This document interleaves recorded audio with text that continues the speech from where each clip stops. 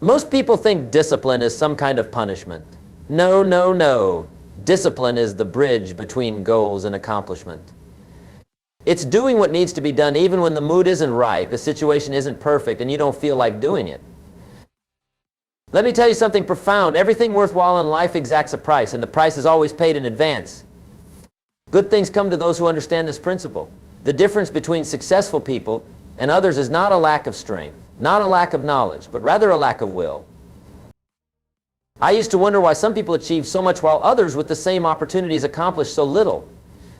After studying success for over 40 years, I can tell you with certainty that self-discipline is the magic key that unlocks the door to achievement, happiness, and wealth. Now, I didn't always understand this. I grew up on a farm in Idaho. We didn't have much. My father used to say, "Jim, there are only two things we can't afford in this family. We can't afford to be late, and we can't afford to be disrespectful." That was my first lesson in discipline. Those humble beginnings taught me that it's not what happens to you that determines your future, it's what you do about it.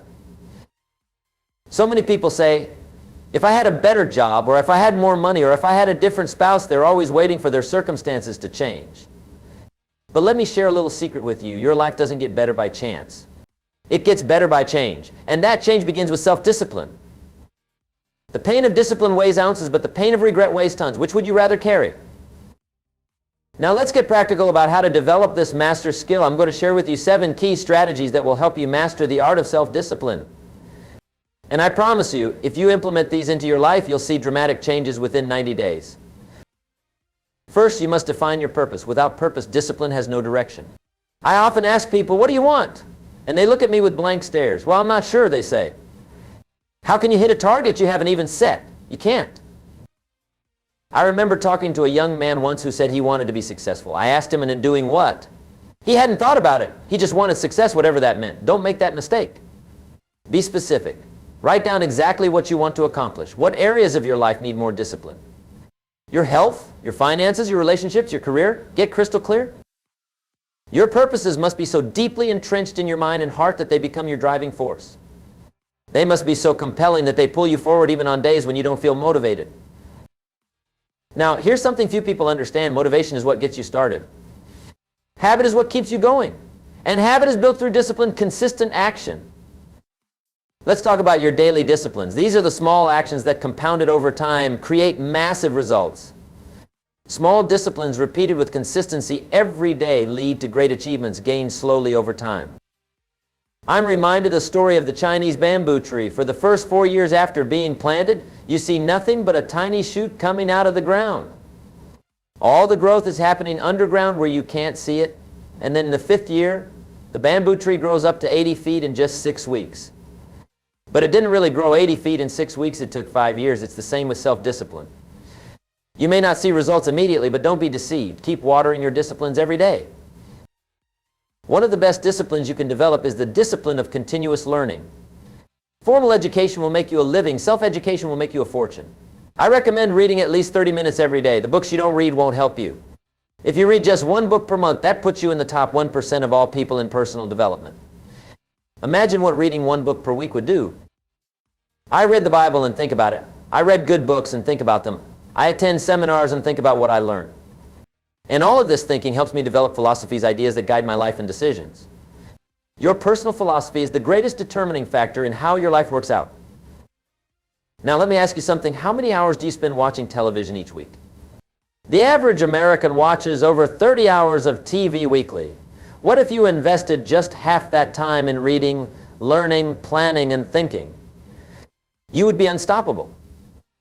The second key to mastering self-discipline is managing your emotions. Emotions are powerful, but they make terrible masters. Self-discipline means doing what needs to be done regardless of how you feel. Here's what I discovered years ago. You cannot always control what happens to you, but you can control what you do about it. You can't always control your circumstances, but you can control your response. That's where your power lies. Some days you won't feel like exercising. Some days you won't feel like saving instead of spending. Some days you won't feel like having that difficult conversation. Discipline says do it anyway. I often think about how easy it is to let our emotions dictate our actions.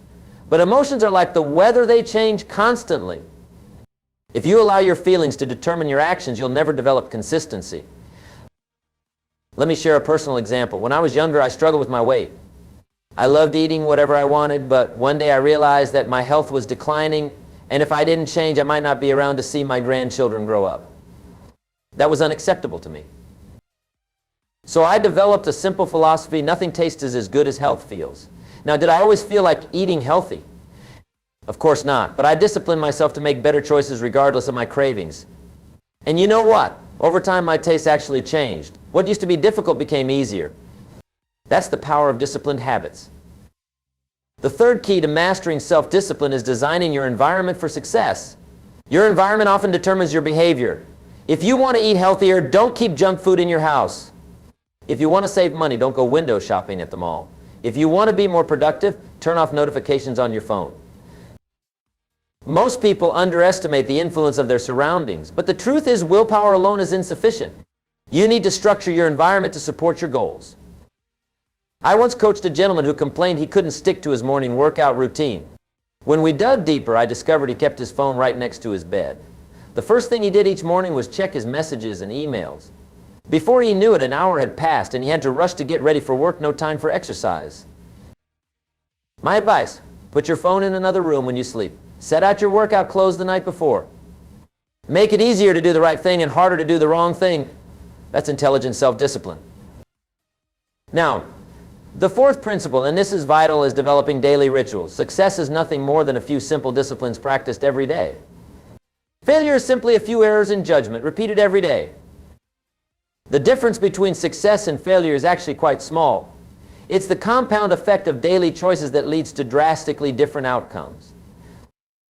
Think about brushing your teeth. You don't feel particularly motivated to do it each morning and night, but you do it anyway because it's a ritual. You don't even think about it. What if your health habits, your saving habits, your learning habits were just as automatic? Start small. Don't try to change everything at once. I suggest focusing on one new discipline each quarter. Master it until it becomes automatic, then add another. By year's end, you'll have 4 new powerful habits working for you. One of my favorite daily rituals is what I call my power hour. Every morning I spend 20 minutes reading, 20 minutes planning my day, and 20 minutes exercising. This single hour sets the tone for my entire day and has been transformative in my life. What disciplines could you turn into daily rituals? Maybe it's making your bed first thing in the morning. Maybe it's drinking a large glass of water before breakfast. Maybe it's reviewing your goals before you check your email. These small actions don't require much time, but the cumulative effect is extraordinary. The fifth key to mastering self-discipline is accountability. Find someone who will hold your feet to the fire. Tell people about your commitments. It's easy to break promises to yourself. It's much harder to explain to others why you didn't follow through. In my seminars, I often have people pair up as accountability partners. They exchange phone numbers and check in with each other regularly. The results are always remarkable. One gentleman lost 47 pounds in 6 months, simply because he knew his partner would ask him about his eating and exercise habits each week. You see, we all have blind spots. We all rationalize our behavior. Having someone who will speak truth to you with love, but without compromise, is invaluable. Consider joining a mastermind group or hiring a coach. The investment will pay dividends far beyond what you spend. As the saying goes, when performance is measured, performance improves. When performance is measured and reported, the rate of improvement accelerates. The sixth principle for mastering self-discipline is delayed gratification. This might be the most important and least practiced discipline in America today. We live in a society that promotes instant gratification. Buy now, pay later, lose 30 pounds in 30 days. Get rich quick. But everything valuable takes time. The ability to delay pleasure in the short term for a greater reward in the long term is the hallmark of maturity. I often use this metaphor: life is like seasons.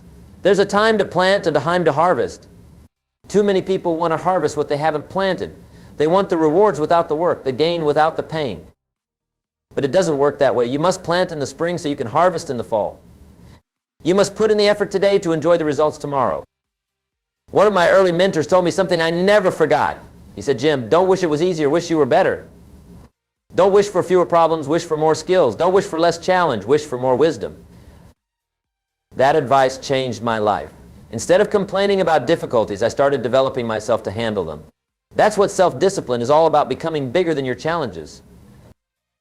The discipline of saving is a perfect example of delayed gratification. When you save money instead of spending it immediately, you're sacrificing instant pleasure for future security and opportunity. Most Americans live paycheck to paycheck not because they don't earn enough, but because they lack the discipline to live on less than they make.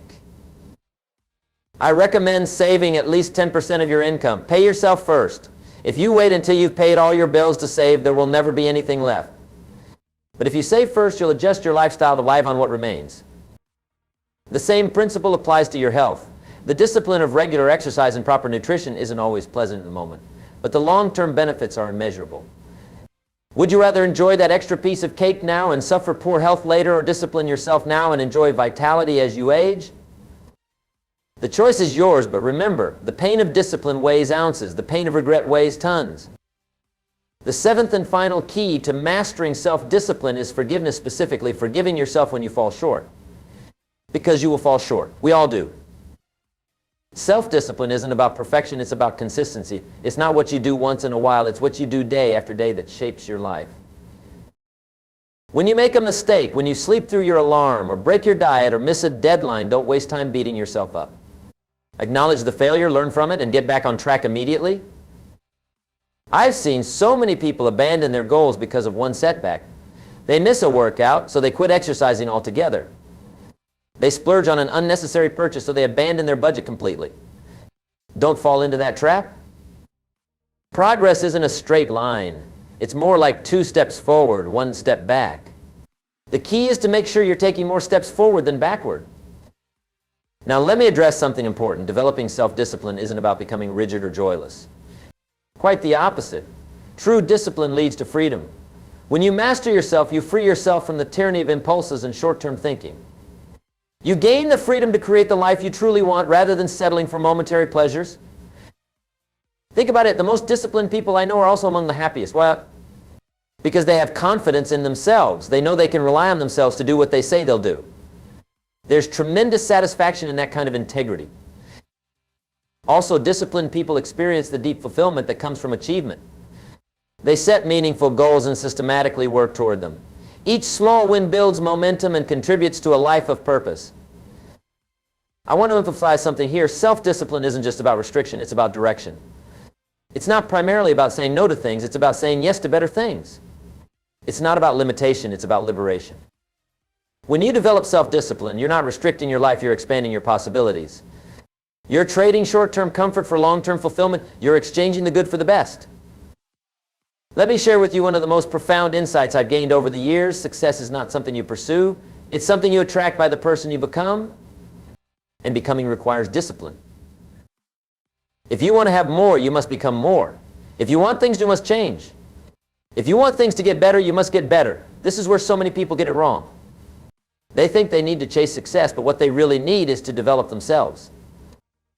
Self-discipline is the fundamental tool for this development. It's how you transform potential into reality, dreams into achievements, and goals into accomplishments. Now, I want to address a common obstacle to self-discipline, the influence of others. Jim Rohn, that's me, is famous for saying, you are the average of the 5 people you spend the most time with. This isn't just a clever saying, it's a profound truth. Look around at your closest associates. Are they disciplined? Do they challenge you to grow? Or do they enable your excuses and reinforce your limitations? This is a difficult truth to confront, but sometimes you need to distance yourself from certain people if you're serious about personal growth. I'm not suggesting you abandon family or true friends, but you might need to expand your circle to include those who inspire and challenge you. Seek out mentors, people who are where you want to be. Read their books, listen to their talks, attend their seminars. If possible, find ways to interact with them directly. One insight from the right mentor can save you years of trial and error. Remember, it's hard to soar with eagles when you're scratching with turkeys. Your environment includes not just your physical surroundings, but also your social circle. Both profoundly impact your ability to maintain self-discipline. Let's talk about another dimension of self-discipline, the management of your thoughts. This might be the most challenging area of all because thoughts are invisible and seemingly automatic. But make no mistake, you can discipline your thinking. Watch the tapes you play in your head. Many people sabotage themselves with negative self-talk. I can't do this. This is too hard. I've always been this way. These thoughts become self-fulfilling prophecies. Replace these limiting beliefs with empowering ones. I can figure this out. Every master was once a disaster. It's difficult but doable. I'm getting better every day. Your mind is like a garden. You can allow weeds to grow unchecked, or you can deliberately plant and tend to seeds you want to flourish. This requires constant vigilance. Negative thoughts will sprout, that's inevitable, but you don't have to let them take root. I practice what I call thought interruption. When I catch myself thinking in ways that don't serve me, I consciously redirect my focus. I might say aloud, cancel that, and then replace the thought with something constructive. It feels awkward at first, but with practice it becomes natural. Words are powerful tools for disciplining your thoughts. The language you use both internally and externally shapes your reality. That's why I'm so careful about the words I choose. I don't say I'll try, I say I will. I don't talk about problems, I talk about challenges and opportunities. I don't focus on what I can't control, I focus on what I can influence. This isn't mere positive thinking, it's strategic thinking. It's disciplining your mind to process reality in ways that empower rather than discourage you. Now there's another aspect of self-discipline that doesn't get enough attention, the discipline of rest and renewal. Sustainable self-discipline isn't about driving yourself relentlessly until you burn out. It's about working with the natural rhythms of energy and recovery. Even the most disciplined person can't maintain peak performance indefinitely without breaks. The key is to make rest and renewal intentional rather than collapsing from exhaustion. I schedule regular times for reflection, relaxation, and recreation. These aren't indulgences, they're investments in my continued productivity and creativity. Without them, my discipline would eventually deteriorate into rigid, joyless effort. Think of it like breathing. There's a rhythm of exertion and recovery, output and input. You can't breathe out continuously, you also need to breathe in. Similarly, you can't constantly produce without taking time to replenish your physical, mental, emotional, and spiritual resources. This brings me to an important point about self-discipline. It must be holistic. Many people are disciplined in one area of life but completely undisciplined in others. They might be incredibly focused at work but neglect their health. Or they might be disciplined about exercise but chaotic with their finances. True mastery of self-discipline means applying these principles across all dimensions of your life. It means understanding that these areas are interconnected. Physical health affects mental clarity. Financial stress impacts relationships. Spiritual emptiness undermines professional purpose. I recommend conducting a regular self-audit. Rate yourself on a scale of 1 to 10 in key life areas: health, wealth, relationships, personal development, career, and contribution to others. Where are you strong? Where do you need improvement? This assessment will help you allocate your disciplinary efforts more effectively. Let me share something personal with you. Years ago, I was doing well financially and professionally, but my health was suffering. I was overweight, sedentary, and eating poorly. I told myself I was too busy building my career to focus on fitness. But that was just an excuse. The truth was, I lacked discipline in this area. When I finally committed to change, I applied the same principles that had made me successful in business: clear goals, consistent action, accountability, and delayed gratification. The results transformed not just my body, but also my energy, confidence, and overall quality of life. I realized then that we can't compartmentalize discipline. It's a character trait that should permeate every aspect of our existence. Now, I want to address a question many people ask me: Jim, how long does it take to develop self-discipline? My answer might surprise you. It takes both less time and more time than you think. On one hand, you can begin practicing discipline immediately. You can make a better choice right now. You don't need any special equipment or training to start. In that sense, the journey begins in an instant with a decision. On the other hand, mastering self-discipline is a lifelong pursuit. I'm still working at it every day, and I've been at this for decades. There's always room for refinement, always another level to reach. The good news is that it gets easier with practice. As you build your discipline muscles, tasks that once seemed impossible become manageable, even automatic. What required tremendous willpower initially eventually becomes second nature. This is because of a fascinating aspect of human psychology. We tend to act in accordance with our identity. If you see yourself as a disciplined person, you'll naturally make choices that align with that self-image. So don't just practice disciplined behaviors. Begin to see yourself as someone who values and embodies discipline. Say to yourself, I am self-disciplined. I do what needs to be done when it needs to be done. Your actions will gradually conform to this new identity. I want to emphasize something crucial. Self-discipline isn't about perfection. It's about consistency.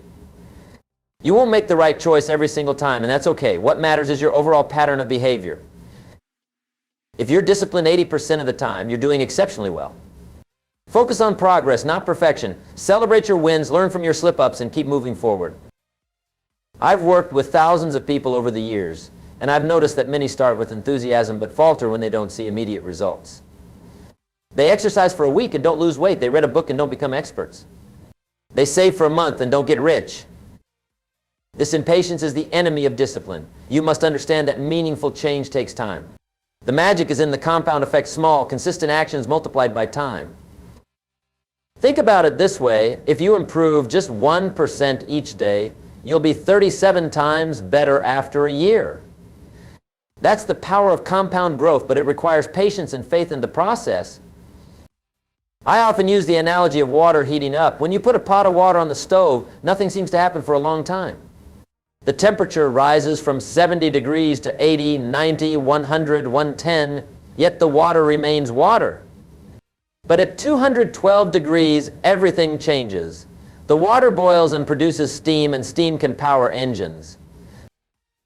Your discipline works the same way. You might not see dramatic changes at first, but if you persist, you'll eventually reach your boiling point, that moment when transformation becomes visible and your efforts generate momentum. Another challenge many face is what I call decision fatigue. Every time you make a choice, you deplete your mental energy. By the end of a day filled with decisions, your self-control is diminished. That's why habits and routines are so valuable. They reduce the number of decisions you need to make. When behaviors become automatic, they don't drain your willpower. Consider creating if-then plans for common situations. If it's 6 a.m., then I exercise. If I get paid, then I put 10% into savings. If I feel the urge to procrastinate, then I work for just 5 minutes. These pre-commitments bypass the decision-making process and activate behaviors directly. Now, I'd like to share what I consider the highest level of self-discipline, the discipline of attitude. This transcends specific behaviors and affects everything you do. Your attitude, your perspective, your outlook, your response to life's challenges is ultimately a choice. And choosing a positive, proactive attitude requires tremendous discipline, especially in difficult circumstances. Anyone can be positive when everything's going well. The real test comes when you face setbacks, criticism, and disappointment. That's when discipline matters most.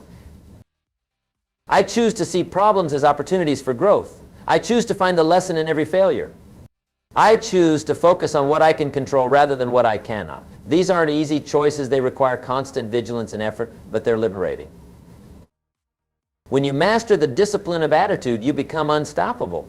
External circumstances lose their power over you. You respond rather than react. You choose rather than comply. You lead your life instead of being led by events. The next time you face a challenge, ask yourself, what's good about this? What can I learn here? How can I turn this to my advantage? These questions redirect your focus and engage your problem-solving faculties rather than your complaining faculties. Remember, it's not what happens to you that determines your destiny. It's how you respond to what happens. And your response is always within your control. I want to emphasize an important point about self-discipline. It's not about doing extraordinary things. It's about doing ordinary things extraordinarily well. It's about excellence in the fundamentals. Many people look for complex solutions to their problems when the answer is usually simple, not easy, but simple. Eat less, move more. Spend less, save more. Work smarter, complain less. These aren't complicated concepts, but they require disciplined execution. I often say, don't major in minor things. Focus your disciplinary efforts on the vital few actions that produce the majority of results. In any endeavor, about 20% of your activities generate 80% of your outcomes. Identify that crucial 20% and become rigorously disciplined in those areas. For health, it might be consistent sleep, proper hydration, regular exercise, and whole foods. For wealth, it might be living below your means, eliminating debt, consistent saving, and prudent investing. For relationships, it might be active listening, expressing appreciation, quality time, and keeping commitments. Master these fundamentals through daily discipline, and everything else tends to fall into place. Now, I want to address an objection I often hear, but Jim, doesn't all this discipline take the spontaneity and joy out of life? My answer is emphatically no. In fact, the opposite is true. Discipline doesn't restrict freedom, it creates it. Think about it. The person who has saved diligently has the freedom to retire early or change careers. The person who has maintained their health has the freedom to remain active in their later years. The person who has developed their skills has the freedom to pursue meaningful work. Discipline is the price you pay for these freedoms, and it's a bargain at any cost. Moreover, there's a deep satisfaction that comes from mastering yourself, from knowing that you're in control, not your impulses or circumstances. This inner mastery produces a quiet confidence that no external achievement can match. As we begin to wrap up, I want to leave you with a challenge. Start today. Not tomorrow, not next week, not when conditions are perfect today. Right now. Choose one area where you need more discipline. Define exactly what you want to accomplish. Break it down into daily actions, set up accountability, and commit to 90 days of consistent effort. Why 90 days? Because that's roughly how long it takes to establish a habit. By the end of that period, what initially required conscious discipline will have become more automatic. Don't try to overhaul your entire life at once. That's a recipe for overwhelm and failure. Instead, focus on one significant change, what I call your lead domino. This is the habit that, once established, will make other positive changes easier. If you're not sure where to start, I suggest the discipline of early rising. Getting up just 1 hour earlier gives you 365 extra hours per year. That's 9 40-hour work weeks. Imagine what you could accomplish with that additional time. Use this hour for what I call the morning miracle exercise, reading, planning, meditation, or creative work. This single discipline creates momentum that carries throughout your day. Whatever you choose, remember this, discipline always seems difficult until you experience the rewards. Then it becomes a pleasure rather than a burden. I want to emphasize something important. Self-discipline isn't just about personal benefit. When you master yourself, you increase your capacity to serve others. You have more to give, more energy, more resources, more wisdom, more time. The world needs disciplined people. Families need disciplined leaders. Communities need disciplined contributors. Businesses need disciplined innovators. Your discipline or lack thereof affects everyone around you. Think about the legacy you're creating. What example are you setting for the next generation? What impact are you having on your circle of influence? The ripple effects of your daily disciplines extend far beyond your own life. This understanding adds purpose and meaning to your efforts. It's not just about you anymore, it's about your contribution to others. And that perspective can provide powerful motivation on days when your personal resolve wavers. As I close, let me share one final thought.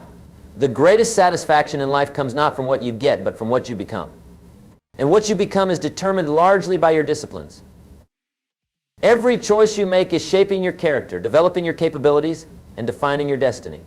Through the power of self-discipline, you're literally creating yourself day by day, choice by choice, action by action. Few people fully appreciate this truth. They drift through life, buffeted by circumstances and controlled by impulses, never realizing the creative power they possess through disciplined living. But you're different. You're here because you want more achievement, more fulfillment, more impact. And the path to more begins with mastering yourself. So I challenge you to become a student of discipline. Study it, practice it, refine it. Make it your lifelong pursuit, because discipline truly is the bridge between who you are and who you can become. The journey won't always be easy. There will be days when you falter, when you question whether it's worth the effort. In those moments, remember why you started, remember the person you're becoming. Remember the example you're setting, and remember the legacy you're creating. The pain of discipline is temporary, but the pride of accomplishment lasts forever. The effort is momentary, but the benefits endure for a lifetime. You have greatness within you. Self-discipline is how you bring it out, so start today. Take that first step. Make that first choice. Begin the journey toward mastery, not just of your circumstances, but of yourself. Thank you for allowing me to share these thoughts with you. Now go forth and become all that you're capable of being. The world is waiting for your contribution.